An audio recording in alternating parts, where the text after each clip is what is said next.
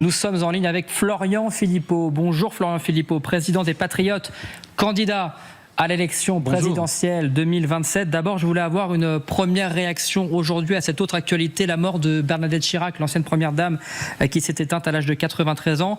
La première question que j'ai envie de vous poser, Florian Philippot, que retenez-vous de la vie et de la marque de Bernadette Chirac dans le paysage politique français ?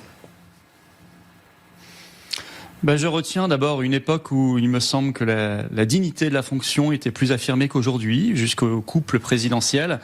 Et c'est vraiment une image que j'ai de Bernadette Chirac, pour qui j'avais beaucoup de respect. Puis évidemment, nous avons tous en tête les pièces jaunes, cette marque de solidarité, de fraternité, de cœur. Tout son périple avec les trains, avec David Douillet, enfin toutes ces images qui nous reviennent. Voilà, ce qui là aussi forme un certain contraste par rapport à ce que nous connaissons aujourd'hui. Les pièges jaunes existent toujours, mais bon, le Canard enchaîné avait révélé un scandale de 2 millions d'euros remis à des copains ou des choses comme ça. On ne sait même pas s'il y a une enquête d'ailleurs. Enfin, c'est pas, voilà, on n'est pas dans le même niveau de dignité. Or, à l'époque, il me semble qu'il y avait un peu plus de respect quand même pour la fonction jusqu'à ce couple présidentiel. Vous trouvez qu'aujourd'hui, le statut de première dame est différent qu'à son époque ? Pour moi, il n'y a pas de statut de première dame en France. Je crois que c'est un statut très américain. Mais il y a évidemment un statut de la conjointe ou du conjoint, l'épouse du président de la République.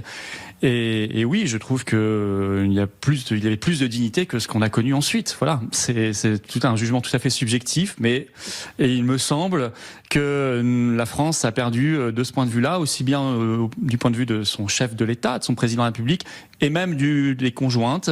Il y a un certain lustre, une certaine dignité, un certain respect de la fonction. On a aujourd'hui des scènes à l'Élysée qui nous choquent, on a des manières de se conduire qui ne me conviennent pas personnellement, et en particulier avec le couple actuel, dont on espère le départ le plus vite possible.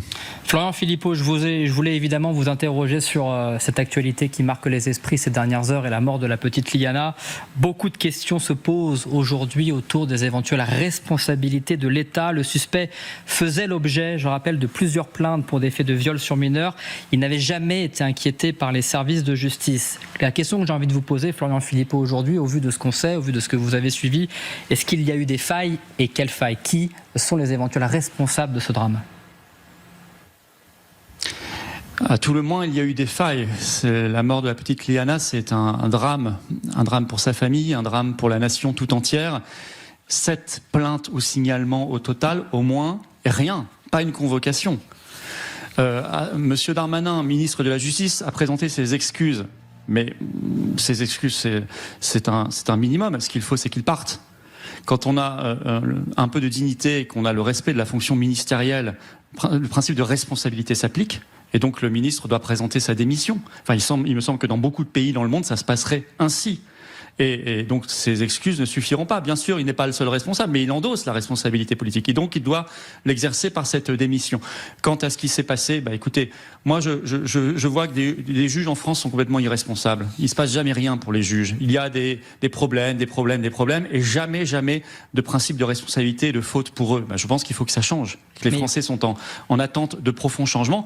D'autant que nous sommes dans le Gers, un département où ces derniers mois, l'assassin de la petite Liana était en parfaite liberté, alors que les paysans dans le même département, et ils l'ont dit, qui eux manifestaient pour leurs droits, pour leurs vaches, contre l'accord Mercosur, étaient en permanence harcelés par la police, convoqués pour des gardes à vue.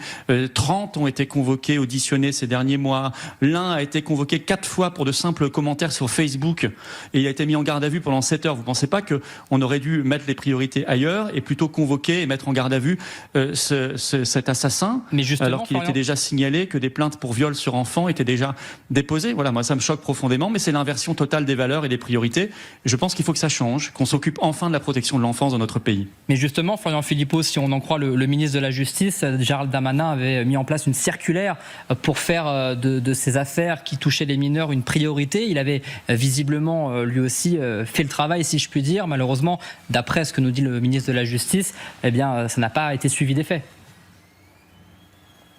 Écoutez, ça me semble un petit peu facile. Moi, j'ai entendu des spécialistes du système judiciaire qui nous ont expliqué que 56 circulaires différentes cette dernière année avaient été pondues, envoyées, qui toutes établissaient des priorités. Donc, quand il y a 56 priorités, c'est comme si on n'avait aucune. Donc à un moment, il va falloir qu'on arrête d'utiliser la police et la justice comme une police et une justice politique. Je vous parlais de nos paysans.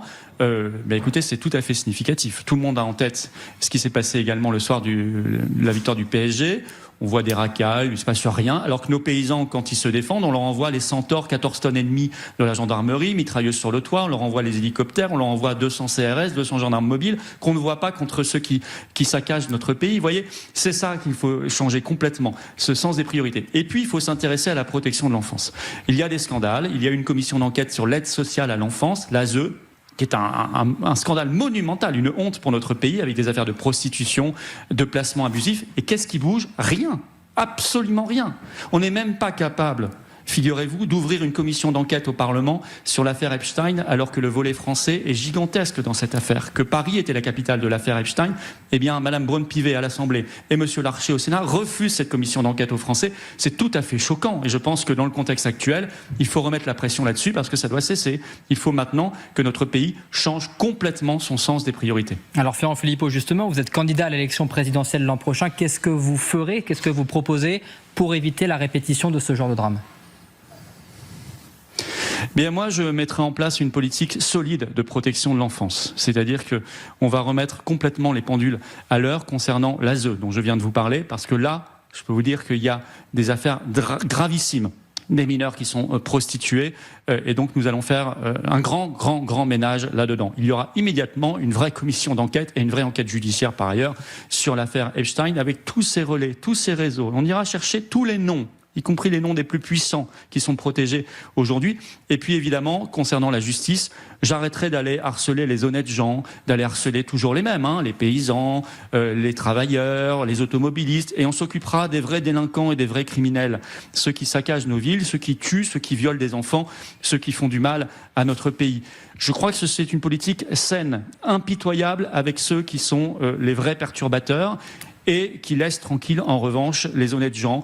C'est pas parce qu'on a mis un post sur Facebook qu'on doit être auditionné et mis en garde à vue. Il faut arrêter avec cela. Voilà. Il faut remettre les choses dans l'ordre. Or, j'ai l'impression, vous voyez, aujourd'hui, qu'est-ce qu'on a comme priorité de beaucoup de nos responsables politiques? Madame Fedorova, l'ancienne patronne de RT France, c'est le grand problème sécuritaire national, c'est Madame Fedorova qu'il faut faire taire. Macron parle de ça. Et puis, c'est les canons français, les banquets. Alors, c'est le grand danger sécuritaire, c'est ça. Non, je pense qu'il faut revenir quand même à quelque chose de très sérieux. Nous avons dans nos rues des gens dangereux. Il faut s'occuper de ces gens-là et laisser les honnêtes gens vivre et travailler en paix. Je remettrai un principe de responsabilité pour les juges, qui sont aujourd'hui totalement irresponsables. Et quand un ministre fautera, il démissionnera dans l'heure. Et par ailleurs, je remettrai des vrais moyens à la justice, car nous sommes sous-dotés. Il y a un gel de 414 millions d'euros cette année pour le ministère de la Justice en France, qui vient d'être décidé, alors que dans le même temps, on va donner 17 milliards à l'Ukraine et qu'on va passer la contribution française au budget de l'Union européenne à 42 milliards par an à partir de 2028. Enfin, écoutez, on évapore les milliards et les dizaines de milliards, alors que pendant ce temps-là, nos services publics, y compris de la sécurité et de la justice, crèvent. Ça n'est pas possible. Donc voilà, j'inverserai totalement ces priorités-là et ce sera au cœur de ma campagne présidentielle. Florian Philippot, vous avez évoqué d'un mot les débordements qui ont eu lieu la semaine dernière en marge de la victoire du Paris Saint-Germain en Ligue des Champions. Certains parlent d'impunité aujourd'hui. Je donne des chiffres sur 570 gardes à vue. 3 individus ont écopé d'une peine de prison ferme. Certains parlent d'impunité. Est-ce que vous partagez cette analyse ? C'est une impunité totale, institutionnelle et systémique. Voilà, ce n'est pas la première fois. C'est pour ça d'ailleurs que ça se produit et que ça se produit de plus en plus gravement, parce qu'ils savent qu'il y a l'impunité. En revanche, je peux vous dire que c'était pas les mêmes chiffres pour les Gilets jaunes.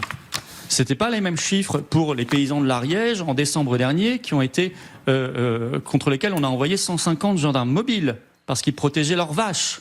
Enfin, dans quel pays vit-on ? On a l'impression que c'est la recherche de l'organisation du chaos, qu'il faut absolument diviser, créer le chaos maximal pour désespérer les gens. Ça donne vraiment ce sentiment-là. C'est extrêmement pervers, extrêmement vicieux, extrêmement malsain. Donc il faut remettre une justice au service du peuple français, c'est-à-dire qui s'occupe des vrais délinquants et des vrais criminels. Et ils ne doivent pas être un tout petit peu punis. Quand on saccage une ville, quand on met le feu à des abribus, quand on agresse des gens, qu'on leur plante des couteaux dans le ventre ou dans le dos, eh bien, ça mérite des peines extrêmement sévères. Enfin, moi, je suis terriblement choqué par cela, mais j'ai le sentiment qu'on le dit à chaque fois et que ça ne fait que s'aggraver parce qu'il y a une recherche du chaos. Ben, moi, je ne serai pas un apprenti sorcier du chaos, je serai au contraire un président au service des Français. Merci beaucoup, Florian Philippot, d'avoir été en direct sur LCI, président des Patriotes. Et puis, je le rappelle, merci à vous.